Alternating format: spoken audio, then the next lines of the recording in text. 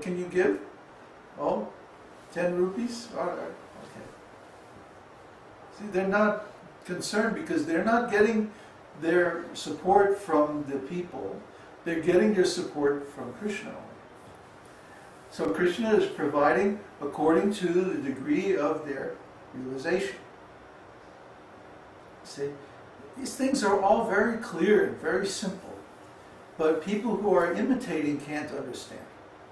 Only people who are realized, they can understand and not get deviated by all these different opportunities in the material world. Okay, one more topic. Number 30, religious. A person who personally practices the tenets of religion as they are enjoined in the Shastras, and who also teaches others the same principles, is called religious. Simply professing a kind of faith is not a sign of religiousness. One must act according to religious principles, and by his personal example, teach others. Such a person is to be understood as religious. When Krishna was present on this planet, there was no irreligion. In this connection, Narada Muni once addressed Krishna jokingly, "My dear Lord of the cowherd boys, your bulls are the representation of religion, while eating grass from the pasturing ground and moving on their 4 legs, have certainly eaten up all the grass of irreligion." That's nice. In other words, by the grace of Krishna, religious principles were so well cared for that hardly any irreligious activities could be found. It is said that because Krishna was constantly performing various types of sacrifices and was inviting the demigods from the higher planetary systems, the demigods were almost always absent from their consorts. Therefore, oh my goodness, therefore the wives of the demigods, regretting the absence of their husbands, began to pray for the appearance of Lord Buddha.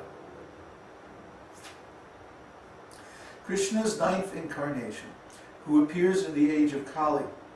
In other words, instead of being pleased that Lord Krishna had come, they began to pray for Lord Buddha, the 9th incarnation, because Lord Buddha stopped the ritualistic ceremonies and sacrifices recommended in the Vedas in order to discourage animal killing. The demigods' wives thought that if Lord Buddha appeared, all kinds of sacrifices would be stopped, and thus their husbands would not be invited to such ceremonies and would not be separated from them. Oh boy. Just see, huh? How much trouble they started. Now today, nobody performs sacrifices. Or they perform in the name only. They don't actually follow the Vedic instructions. Just, they start chanting a few mantras. And, well, a good example is the so-called Bhagavad-gītā. Bhagavad-gītā means that someone reads the Śrīmad-Bhāgavatam in 10 days. Or 7 days. 7 days. 7 days, yeah. Actually, original was 10 days. 10 days but they don't read, they don't give the last 2 cantos.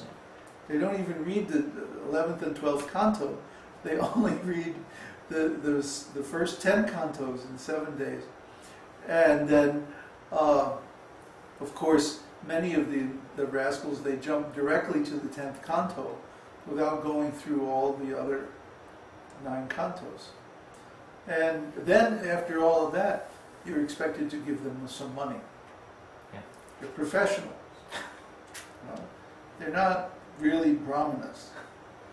They're touring and they're going different places and they're getting money. So Srila Prabhupada always warned against this. He said this is nonsense. That they're only pretending to be brahmanas. They're not really brahmanas because real brahmana only accepts donation. He never agrees to a fee. Oh, we'll come and read and then you have to pay this much and cover our expenses. And Prabhupada didn't do that either. When he was preaching in India, his organization bore all the costs. Now, if somebody wanted to come and donate, that's very nice. But ISKCON would rent the pandal, and the cost of the prasadam and everything was borne by ISKCON. Yeah. If someone locally wanted to also chip in, well, that's very nice. But it's not required. We weren't doing it for business, we were doing to educate the people. You see? That's the principle. But the thing that we find is that if you do like that, Krishna then provides everything. So, I mean, what's the problem? The problem is people don't trust Krishna. They think I have to take care of my business so that I can make a profit by my activities. See? They don't really know Krishna, they don't really trust Krishna, so they're relying on their own efforts. But this is the definition of what? Religiousness. Huh? No, irreligiousness. Irreligiousness. Yes, irreligious. Karma means to work according to the direction of the scriptures and build up punya, good results, right?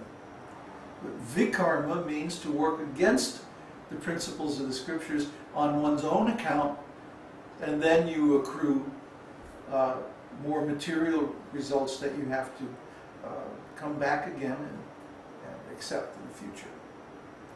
So there's karma, vikarma, akarma, which means acting without karmic result. And finally there's naishkarma.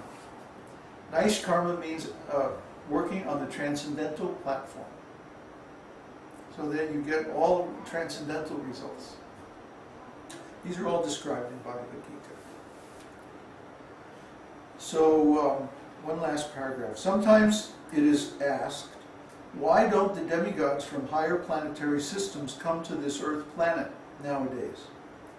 The plain answer is that since Lord Buddha appeared and began to deprecate the performance of sacrifice in order to stop animal killing on this planet, the process of offering sacrifices has been stopped, and the demigods do not care to come here anymore. So if we wonder why the planet is turning into a desert, and why there's no good qualities in the general population, and why we see so much unwanted population, Varna Shankara, and wars, and different kinds of contamination in the society, it's precisely because there's no sacrifice.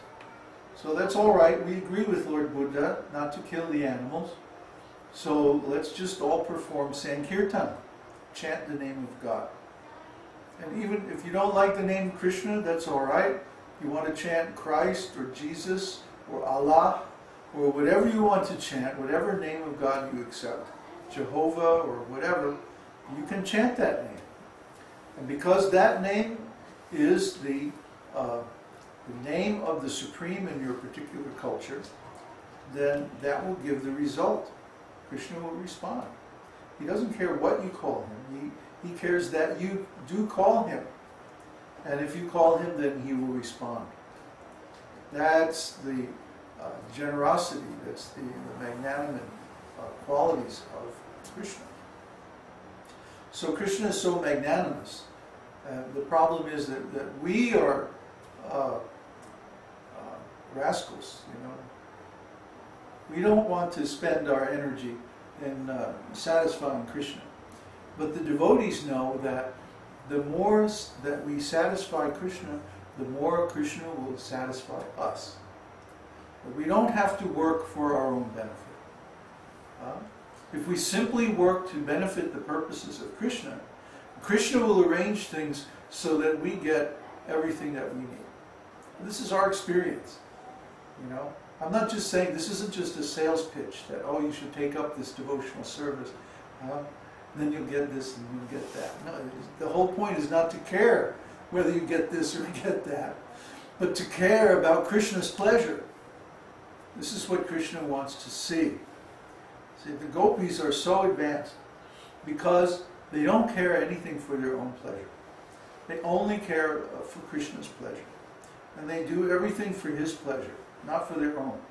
Even when they dress themselves very nicely and go out in the forest and meet Krishna and like that, they're not thinking, oh, I'm going to go and enjoy Krishna. No, they think, I'm going to go to be enjoyed by Krishna.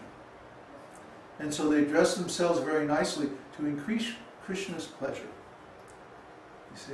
And all their behavior is calculated like that. So there's like a competition between Krishna and his devotee. The devotee tries to please Krishna more and more, and Krishna tries to please the devotee more and more.